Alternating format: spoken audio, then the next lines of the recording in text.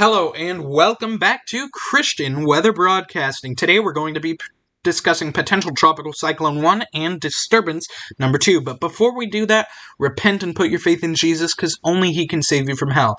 We deserve hell for our sin, but Jesus can save you. And if you'd like to know more, check out the gospel message in the description. Alright everybody, let's get right into this. Right now you are looking at potential tropical cyclone number 1. What is a potential tropical cyclone?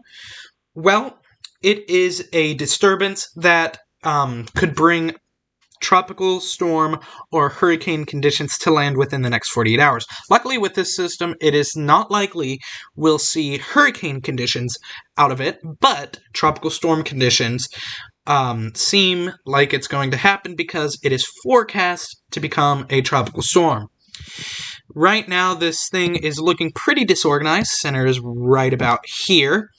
And what this is a Central American gyre. And these systems, when they do form, I learned this from watching Tropical Tidbits, when these things do form, they're usually disorganized, large, and they take a little while to form. And what I learned from watching that video is that the longer this spends over the water, of course, the more time it has to form, but if it doesn't spend a lot of time, it'll have less chance of forming. But let's get into the forecast for this thing. It does seem like we are going to get a tropical storm, so this will be Tropical Storm Alberto. According to latest forecast, tomorrow it'll be at 35 knots, which is 40 miles per hour, and then 40 knots at peak strength, which is 45 miles per hour, before making landfall in Mexico. Now, because I didn't mention this, but the winds of this system are to the northeast of it, which means that I believe Texas and areas to the north, mainly these areas, are going to get more effects than areas to the south, these areas down here. So, what are we going to expect for areas that do get hit with the storm? Well, let's first go into your wind forecast. I'm going to close out the cone there, and I'm going to start us off on the Euro model. This is just regular wind, not wind gusts. I'll bring up wind gusts soon. And as you can see, as this nears landfall to Mexico, some of that wind is going into the coastal areas of Texas and some parts of Mexico. But as you can see, it's all to the north of the center of the storm, which is really interesting. Center, wind. Very interesting right there. And the most wind you could get in Texas, let's see here, I'm going to zoom on in there. It seems about the most wind you're going to get is about 23 knots sustained. And I don't know the exact amount of 23 knots, but I'd say that's about 27 miles per hour, give or take. And that's not extremely bad. Let's go to your wind gusts and see what kind of wind gust you're going to get. Wind gusts, according to the Euro model, about 35 knots, 36 knots, maybe on the coast, right around here, 35 knots. So that's about 40 mile per hour wind gusts, according to the Euro model. Let's move back to regular wind and move to another model, the GFS model. And the GFS model is also forecasting, of course, more northeast wind. And we could see some areas getting around 24 knot wind up near Lake Jackson. And you can see similar forecast from the GFS. Let's go to wind gusts. The GFS, though, is forecasting higher wind gusts, especially inland. Take a look at that one area right here, inland. Higher wind gusts there. Let's bring you... let me get off of this. Bring you over there. It's about 38 knot wind, so the GFS is forecasting higher wind inland. So that is what the GFS is forecasting as far as wind gusts. Not extremely bad, but there is going to be a little bit more wind inland. And on the coast, you're looking at around 32 knot wind. So again, not extremely bad, But let's go to the models that are forecasting higher wind gusts. Let's go to the regular wind first, though. The NAM model is forecasting... oops, I messed that up. Sorry about that. Let's close out of that. I'm sorry about that. I made a little mistake there. Let's go to the NAM model and see what that's forecasting. Not forecasting too much difference for the coast, around 26 knots, so near 30 mile per hour wind. But the wind gusts forecast by the NAM are much higher. Let's go into Wednesday here. And, we're back on the ECMWF. That was not the NAM, and I'm sorry about that. Anyway, the NAM is forecasting here. Sustained wind in some areas is higher, according to the NAM model. About 30 knots, so 33, 35 miles an hour. But 42 knot wind gusts, so you're getting up there into higher winds, above 45 miles per hour. And the Icon model is forecasting probably the strongest wind gusts. And again, these are not like deadly strong or anything like that, but the NAM model is the Icon model is forecasting about 43 knot wind gusts. And let's see if that increases. Nope. 43 knot wind gusts according to this model. And it seems like the coastal areas are going to be getting more of this wind, 43 knots here. So that's above 45 miles an hour, probably 47, 48 miles per hour. But notice again, not very much wind down in Mexico according to this track, wind gusts at least. Let's go to sustained wind, see what this is forecasting. It's not forecasting very strong sustained wind. Near the coast around...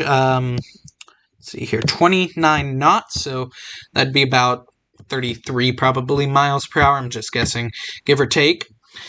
So on land, you're looking at rain and tropical depression conditions. So that's what the models are forecasting as far as rain goes. Wind. But I do think we need to go to the National Hurricane Center. By the way, I probably didn't mention this yet, but the wind is 40 miles per hour in the system, 1,001 millibars. And here is the official cone. You can see where the wind is. Let me make the pen size here a little smaller. Wind is all around here, and the center is here. So the wind is not... the wind is to the northeast of the center. Now, I think we should talk about the flooding potential because there is a potential for quite a bit of rain. As you can see, Corpus Christi looking around 8 to 12 inches of rain. So that's quite a bit amount of rain. All the way up into San Antonio, Texas, around 6 to 8 inches of rain. And Junction, Texas, looking about 4 to 6 inches of rain. And Louisiana could see a little bit of rain, about an inch or two. But you can see this rainfall does go inland into Texas, especially along the coast, is where we're going to be seeing that rainfall. Flash flooding potential. Let's go here to the flash flooding potential. And as you can see, San Antonio, Houston is right on the edge of this, and Corpus Christi are in the area of moderate, at least 40% chance of flash flooding, all the way up into Dallas-Fort Worth area, and in Lake Charles, New Orleans area, we're looking at a slight chance of flash flooding, and then you got the marginal chance of flash flooding more inland. And we also have the possibility of course, storm surge. 2 to 4 feet, Galveston Bay, Sabine Pass, which we discussed. I remember discussing this on a channel I had previously with Hurricane Laura and some of those hurricanes, but Sabine Pass looking like 1 to 3, or right on the border with that 2 to 4. And Mouth Rio Grande is looking like 1 to 3, all the way up to Sargent, Texas. So Texas is going to be getting the most storm surge, again, because of the way the winds are in this system. I don't want to downplay Mexico's forecast. We'll get into that. I'm going to pull up the models again, and we'll do a rain forecast. But I also think we're going to get effects in Texas for sure. tropical storm effects and rain in Texas. Let's go to our forecast models, and I want to bring us to 24-hour accumulated precip. This is according to the GFS model. We'll start off on this one first. As you can see, into Texas, bringing quite a bit of rain. Looks like above 10 inches inland in Texas, according to the GFS model, right about here. That would be above 10 inches of rain. You can see the GFS is not forecasting as much rain for Mexico, but still forecasting a significant amount of rain for portions of Mexico. So definitely nothing to brush off at all. That's quite a few inches of rain. Some of those areas look like they're reaching over 6 inches of rain, so that's quite a bit of rain in 24 hours. So according to the GFS, Mexico and Texas need to keep an eye out for rain. Let's go to the Euro model, see what it's saying. Euro is not forecasting as extreme amount of rain. Euro is actually forecasting more rain in Mexico than in Texas. Again, areas reaching probably around 5 it looks about 5 inches plus rain in parts of Mexico, and in Texas, 24-hour accumulation is around 2 to 3 inches according to this forecast. So according to the Euro model, which is saying something slightly different than the GFS model, Texas is looking about 2 to 3 inches of rain here, and Mexico is looking about near 5 inches, where the GFS is forecasting for inland Texas around probably 10 inches of rain in 24 hours, and also similar amounts in Mexico. So, if you live in Mexico or in Texas or know somebody who lives there, definitely do warn them about the rain, because these things can create flash floods, and flash floods are no good. They aren't safe. I don't want to scare you. This storm is not going to be unlikely to be anything majorly dangerous, but it still is going to be a tropical storm. Tropical storms can cause damage, and if you're not careful, you can get in a bad situation. You especially don't want to be around flood water. Don't go in flood water. That's a terrible idea. Just warning you there. And don't drive your car through the flood water, because you don't know how deep it is, and you don't want your car to stall out. So I might as well mention that since we're looking at rain forecasts. Again, I do not want to hype this storm up. I'm just saying there's possibility for quite a bit of rainfall, and that when there's that much rain, you should definitely be careful and be prepared for what's going to come. So, that is what we're looking at with potential tropical cyclone number 1.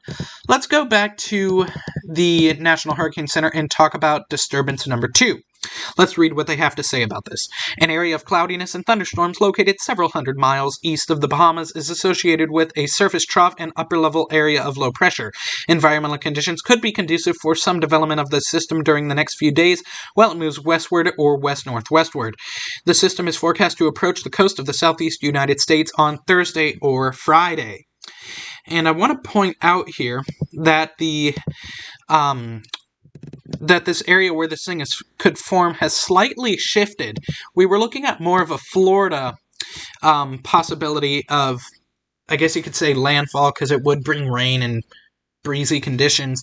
But now we're looking at more North Florida and all the way up to South Carolina. So we could see it go into those areas. This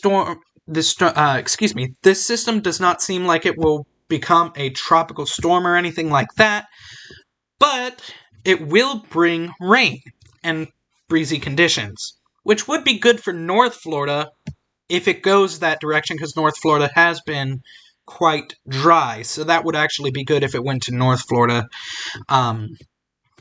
But the track has shifted a little bit, the forecast track of this system. Let's go to the models and see what the models have to say about this specific system. The GFS model, let's start off with the GFS. The GFS, excuse me on that. The GFS is now changed.